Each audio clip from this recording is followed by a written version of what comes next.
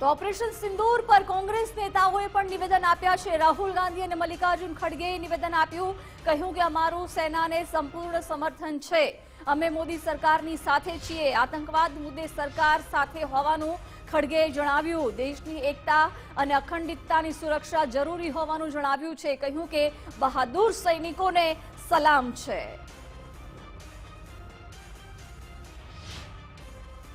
Working committee में हमारा discussion हुआ, पूरा समर्थन, full support to our forces,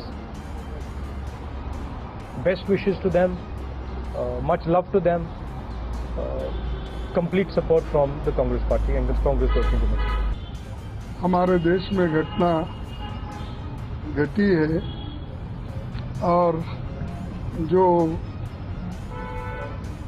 सरकार कदम उठा रही है और उसी के साथ हमारे भारतीय सशस्त्र बलों पर भी हम गर्व करते हैं, जिन्होंने ऑपरेशन सिंदूर तहत पाकिस्तान और पाकिस्तान ऑक्युपाइड कश्मीर के आतंकी ठिकानों पर साहसिक और निर्णायक कार्रवाई करते हुए मुंहतोड़ जवाब दिया है। हम अपने जांबाज सैनिकों के साहस, दृढ़ संकल्प और राष्ट्रभक्ति को सलाम करते हैं।